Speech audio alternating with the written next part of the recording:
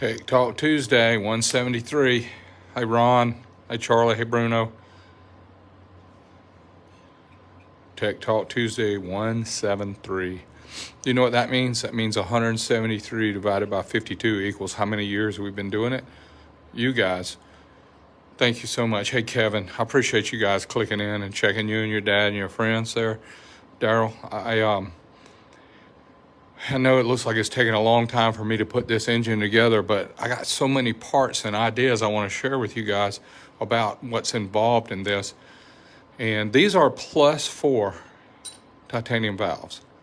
They're 4 millimeters oversized. These pistons that I had made have pockets made good enough for us to go +5, but they're not very deep if you'll look, and we'll talk about that in a minute. Why are these pockets not very deep?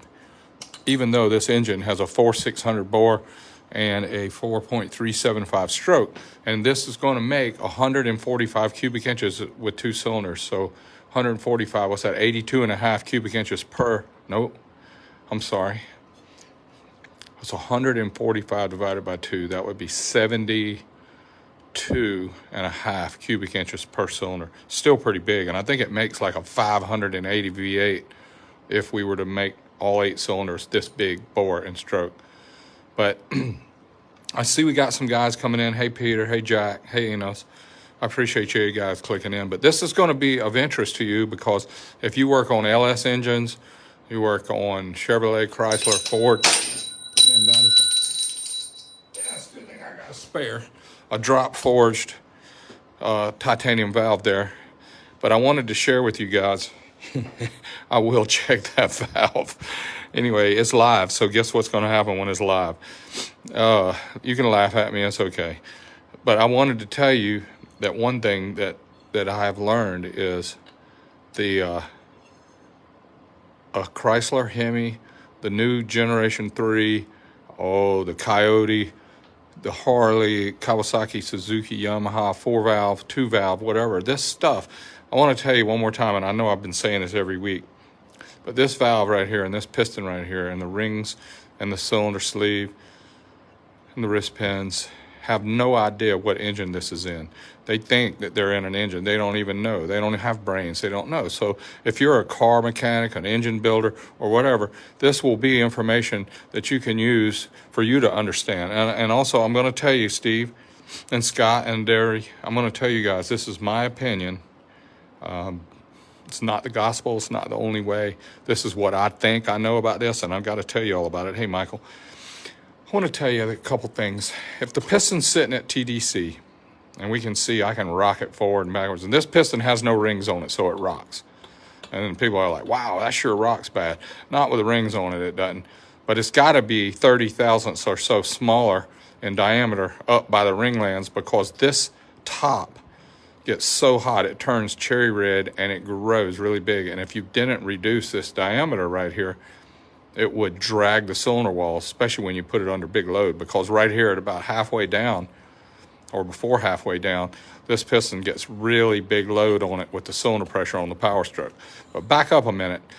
People see on the camshaft stuff, and if you don't pay attention to this, you wouldn't understand, but people have, I see all my competitors' pistons, and I don't sell pistons, you guys. I'm retired. This is my own pistons. I bought them for myself. I used to sell these to people, but I want to share with you, these pockets are not deep because my camshaft designs don't run lots of TDC lift. And if you'll look, 150 thou is when the springs, with the valves are on the seat and the piston's at the top, there's a certain amount of clearance you'll have from the valve sitting on the seat to the piston. But these are dynamic parts. They're moving all the time. So when this piston starts going down on the intake stroke, my intake valve opens. And I want to open it up to 600 lift. And when the piston stops at the bottom, the intake stroke is ended. It is finished. So when the piston starts coming back up, it will be on the compression stroke. And on the compression stroke, somewhere near after the bottom, might be 20 after bottom, 60 after bottom, but somewhere between 20 and 60 after bottom, this intake valve is going to close. And it has to close in order for you to trap this mixture in here to make compression. And one of the internet hot spots is cranking compression I don't know why everybody is so enamored with cranking compression, but it is a number. It is a thing that is measured. There are many people that need to know, I don't know why they need to know, but they need to know they're cranking, cold cranking. They call it CCP, cold cranking pressure. I don't know why they need it, but I'm going to give you a couple of ideas why I think they need it. They read it on the internet. Their engine builder is an old school guy, and he built Harleys back in the day when we couldn't crank them. We had to buy these giant starter gears. We had to buy giant starter motors. We had to get these giant flywheels to go on the clutch, and we had these 9-tooth pinions, and we would have to put 2 batteries, and we would have to push buttons on the solenoids on the starter motor to get them to start because they would have too much cranking pressure. And now the Milwaukee 8 has a really nice high efficiency electric compression release. When you hit the starter button, this wire over here on the starter opens the valve so that when this thing is running on start, it's got a valve open, and all the pressure, not all the pressure, but a lot of pressure is going out the exhaust valve, and you can hear it come out your pipe. Go outside and hit the starter button on your Milwaukee 8, and you can listen out the exhaust pipe. It goes like this. When you hit the button on the starter, it goes choo, choo, choo, choo, choo. You can hear the air leaking out of the exhaust valve, and this is the rear cylinder, so the exhaust valves are here, and this is compression release in the center in your head. It opens up, and it lets it leak out through the exhaust pipe, and you can hear it come out the muffler. So we don't have to worry about cranking compression like we used to. But people want to know, what does it have? Now, I'm going to ask you, if you build LS engines, Hemi engines, Ford, Chrysler, Chevy, whatever you build car engines, Hayabusa engines, Kawasaki, Suzuki, does it matter to you what the cranking compression is? And if you say yes, I want to know, maybe you can write me and tell me why. But I know more car engine builders, automotive V8 engine builders, than I do motorcycle engine builders. That's just what my life has been around, building engines. And the motorcycle engine builders are a little bit different mindset, but it should be the same because these pistons and these valves don't know the difference of what engine they're in. But back to my cranking compression number. It is a useful tool when you want to know if you've got good health in your cylinders. So what I would do is I would check and make sure I got good compression in both cylinders. Let's say you spin it over with a starter motor and you got 180 in the rear and you got 180 in the front. I would say that's healthy enough to start up and run. Now, if you want to know what the cold cranking pressure is, cut off the compression releases, of course, unplug those and see what it's got. It's got a lot. It goes, and it's hard to turn over because this engine's going to have a lot of cranking compression. It's a good thing I got a cranking, compression release in here, and it's in the cylinder heads. It is right here, right in the center of the combustion chamber. That center hole is cranking compression release. That's a spark plug. That's a spark plug. And that center one is for a compression release. This is what it looks like from the top. There's a spark plug hole, there's a spark plug hole, and there is a cranking compression release. It leaks through the intake, through the exhaust valve, and comes out the muffler. All right, back over to here. I want to share with you guys. Remember me telling you about the intake valve opens when this goes down on the intake stroke, and when it goes to full lift, it stops here. And then when the piston starts coming back up, as soon as it hits bottom and starts back up, this is called a compression stroke. So we want to shut the intake valve so that we can squeeze this, everything we just sucked in, air and fuel, and squeeze it tight.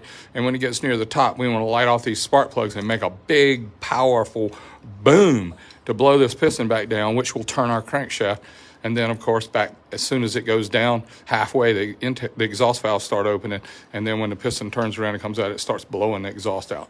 And we'll talk about that. But I'm going to move to the board now, and I want to show you a little bit more about this. Bear with me for the movement.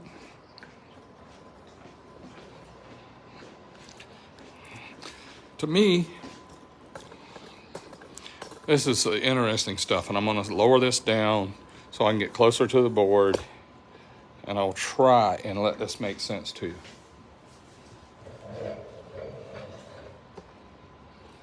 Well, I'm going to put it on the floor so that I can use both hands. Bear with me for all the rattling and jerking and shaking. Here we go. All right. Tech Talk Tuesday, number 173. Thank you all for that. I drew a little kind of a make-believe flow chart. And what I did is I put the lift, 100, 200, 300, 400, 500 lift on this axis, and then I put CFM on this axis, and I just drew this off the top of my head. With the B2 heads, twin cam heads, LS heads, Chrysler Hemi, Gen 3 heads, this red line represents basically what you get with this kind of lift and the shape of the flow, and when it gets up to 500 lift, it starts leveling out. I'm gonna say it would kind of go a little bit flatter like that. That's why we like to put 600 lift in them and 700 lift so we can try and get a little bit more in here. And I'll cover that real quick. Why do we run more lift than this cylinder head? Look at our Milwaukee 8, the 4-valve. 4-valve has this really rapid gain and flow as we lift the valve. And then when we get up to about 200 or 300 lift, the flow almost stops gaining. But you want it to flow at peak flow for a long time. We don't want to go to full lift, stop at say 200 lift cam because that's all we flow. No, we want the engine the crankshaft to keep turning. We want the piston to keep going down on the intake stroke while we're at peak lift for a long time so we can fill the cylinder more. And let's move over here and talk about that for a second. I'm gonna try and quit rattling this so much if I can, but I might not be able to. All right, here is one revolution of the crankshaft. Remember, it's a 4-stroke. That means we have an intake stroke, a compression stroke, a power stroke, and an exhaust stroke. That takes 2 revolutions. Why is this important to us? Well, this is a crank pulley, and this is a cam gear pulley. And if it's a gear drive or a chain drive, it's 2 to 1. Crankshaft goes around once, this goes halfway. This goes around twice, this goes 1 full revolution. So whenever your crankshaft goes 5,000 RPM, your cam only goes 2,500. When your crankshaft goes 6,000 RPM, your camshaft only goes 3,000 RPM. I know that's hard to hear, hard to understand, because in our mind we see it as the camshaft's just really getting it. So when this crankshaft's going 7,000 RPM, really fast, this camshaft is only going 3,500 RPM because it has to do all this work. It has to do an intake stroke and it has to do an exhaust stroke on 1 revolution. I'm gonna move this out of the way and see if this makes sense to you. Follow with me if you can, and if you have questions, hit me up later. But here's the piston at TDC. I showed you on the engine over there on Blue 50. When the piston, you roll it all the way around to the bottom, all of this is the intake stroke, and that is 180 degrees. If your intake valve opened at top dead center, like a stock Harley does, a stock Milwaukee 8, and it closes at bottom dead center, that means your camshaft has 180 degree duration.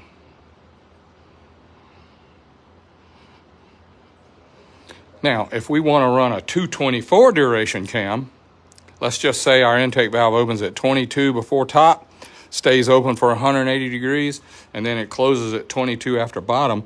This would be let's do the math so you can see how to do it. This is how you do it.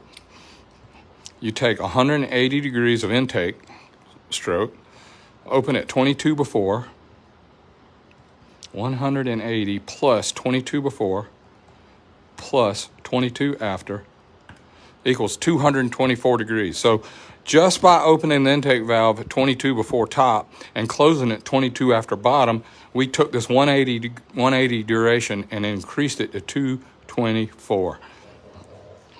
All right. Why is that so important for making power? Well, Harley, in their infinite wisdom, they have to make the engine feel really big at 1,000, 2,000 RPM. And the way they make it feel really big is they only run 180 degrees duration. They open the intake valve when the piston's at the top, and they close the intake valve when the piston's at the bottom. So they only get in 180 degrees. So they close the valve at bottom dead center. So whatever goes in here, whatever goes in on this 180 degrees of intake gets trapped for the compression stroke, which is 180 degrees. So this, whatever you took in right here, I don't care if it's 500 CFM, 300, 200, 100 CFM, whatever you took in right here, the valve closes and now we compress all of that for a full 180 degrees. So it makes a lot of pressure early. And what do I mean by early?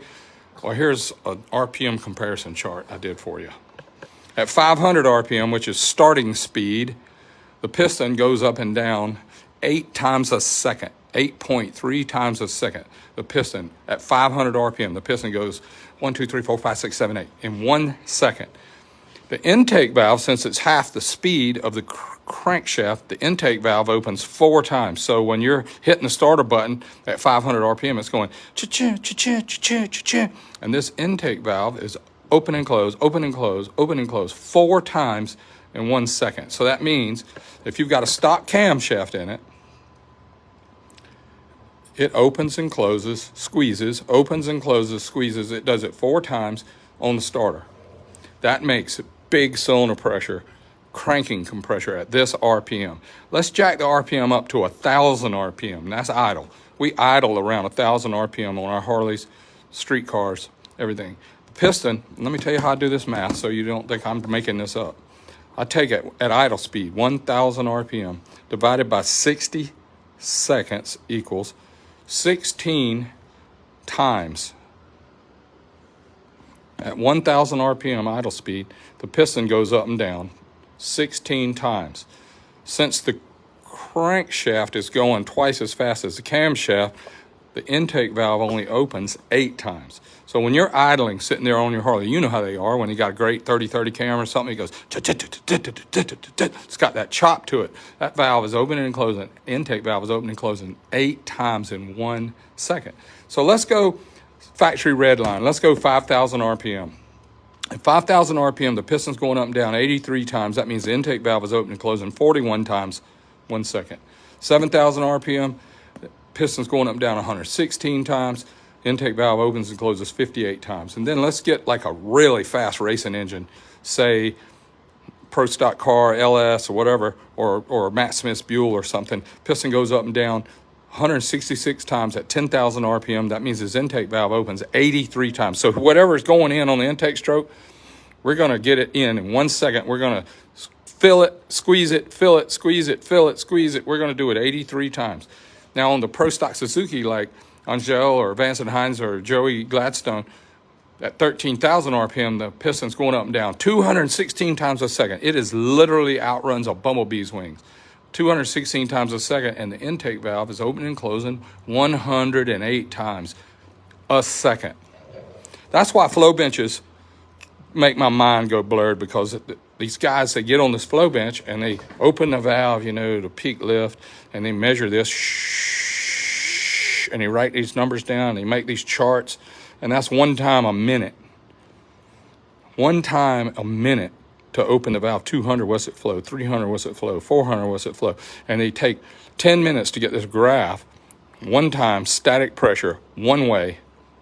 And in reality, at 7,000 RPM flow chart, it's going 58 times a second in and out. And what's going back in and what's going back out and what's going in and what's going out affects this flow so much that we couldn't make a chart out of it to explain it, okay? Now, what does this have to do with cranking compression and our engine? Well, if I wanted more pressure than what I'm getting at 500 RPM, which is cranking speed, and I wanted peak pressure at 5,000 RPM, what I would do is I would probably have to turn this engine 7,000 RPM to have peak torque around 5,000. So at peak torque, my piston's going up and down 83 times, my intake valve's opening and closing 41 times in a second, and at 180 degrees duration, I'm not getting much. I'm squeezing it all, I'm not getting much. This will be so anemic, it will be like me trying to run a marathon. I might make it 1 minute or 2 minutes, and they say that you have to run for like, I don't even know how long they run. They run 26 minutes, fast guys. I don't even know how long they run. It's a long time. It might be more than that. But I know that I can't run more than maybe 1 or 2 minutes because I've only got 180 degrees duration. So my cylinder fills, and then it's time to fill it again, and it's time to fill it again, but I can only go 4 times a second or 8 times a second, maybe 41 times a second if I'm lucky, so I don't get much air in. So what do I need to do? I need to breathe longer. I need to start sooner and finish later so that I can get more in. I want to get 224 in on the same amount of time.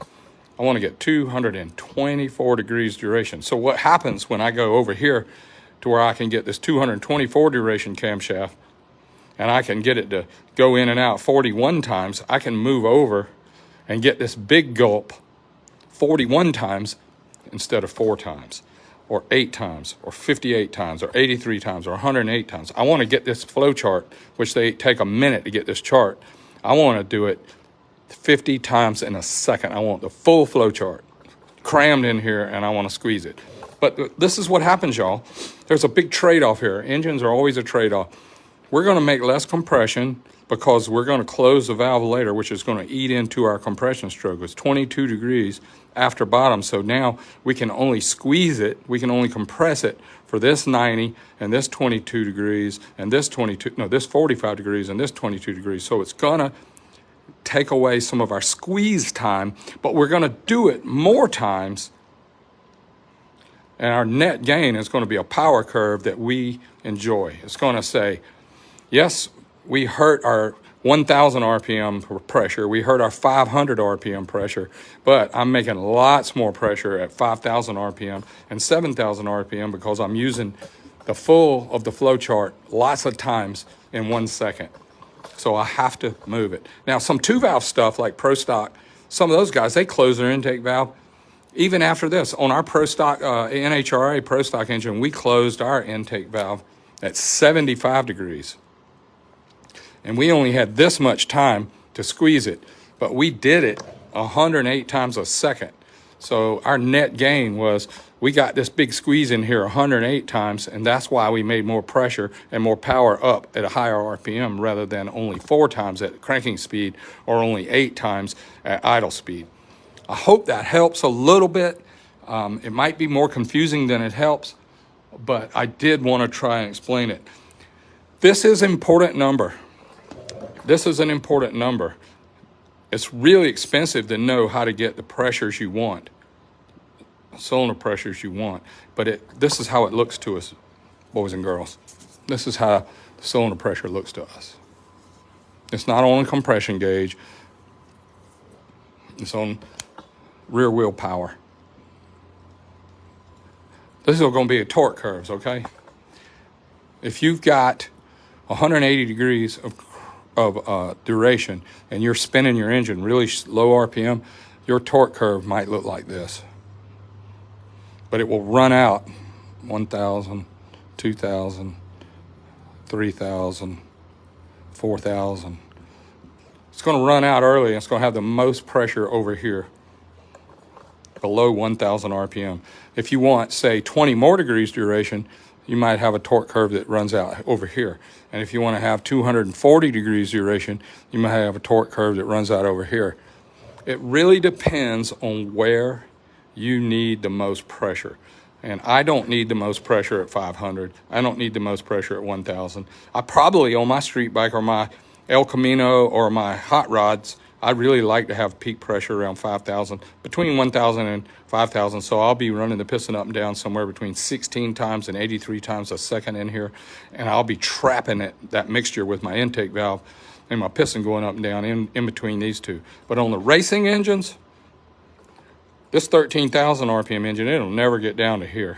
It will always be over 200 times a second. And it will always be almost 100 times a second. We're gulping air through the intake and trapping it.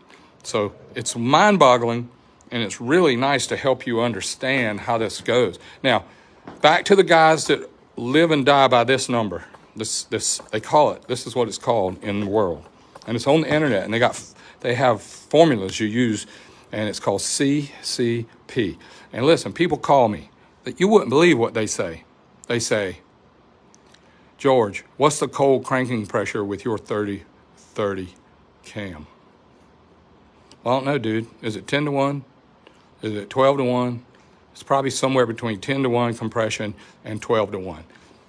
I don't know what it is at CCP, but I do know it will make the most torque in the power range where you want it because of where the intake valve closes.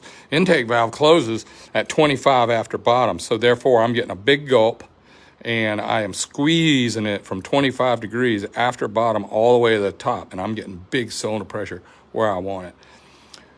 Why do we need? Well, we need it to know cylinder to cylinder comparison. We need to know this. We need to know if it's got 200 in the front, 200 in the back. That means it's good. Let's say that it had 250 in the front and 180 in the back. Something's wrong with this engine. This 180 number right here means you got something wrong. Now what I do is I use a leak down tester. I blow 100 PSI into the cylinder right through the spark plug hole. I put 100 PSI in. And if it has if it holds 95%, I call that a 5% leak. And that is a healthy, ready to rock and roll cylinder.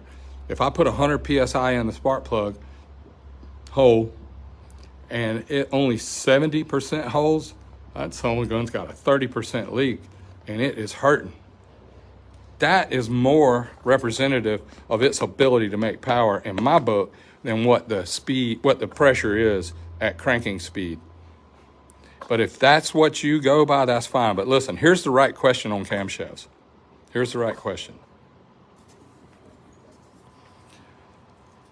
I want to ride my motorcycle 2-up on the interstate, and I want to run 3,000 RPM all day. That tells me, my friend, that you want 20 to 25 after bottom dead center closing. I want to make the most torque at 4,000. I really drive it really good. I keep the R's up on it. I ride single, and I want to go really fast through the canyons, and I want to outrun my buddies. I would tell you need 35 after bottom dead center.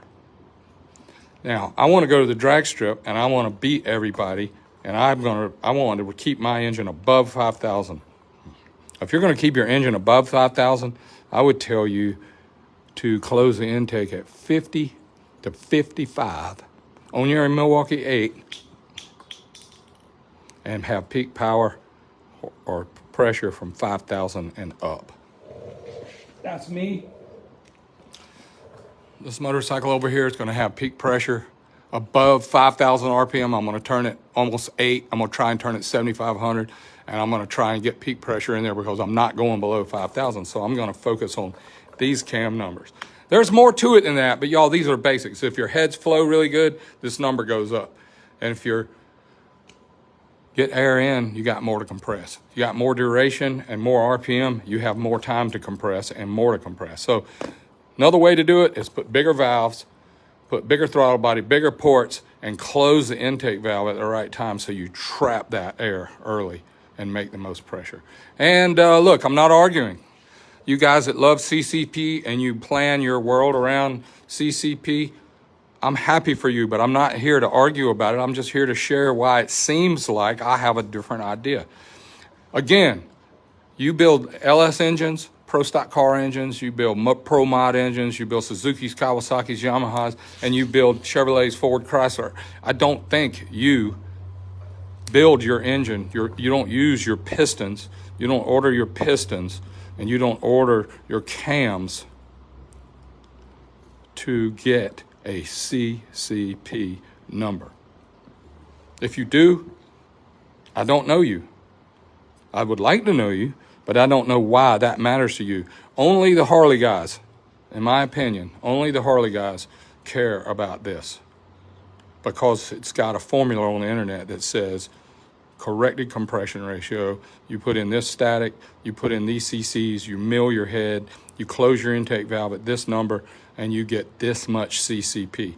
This is a result of all those things, y'all. This is not the target. You close the valve at the right time to get the power curve you want. You put big valves in it to get more air in the same amount of time. You put bigger ports in it and bigger throttle bodies, bigger pipes, all that to get more air in the same time. But you close the valve, the intake valve, to trap that total gulp of air in to give you the peak curve you want at operating RPM not at starting RPM. That's my soapbox today. May God bless y'all. Argue with me, fuss at me, yell about me. I'm okay with it. If I didn't want anybody to talk to me about it, I'd sit on the couch with my mouth shut. 173's in the books. God bless y'all.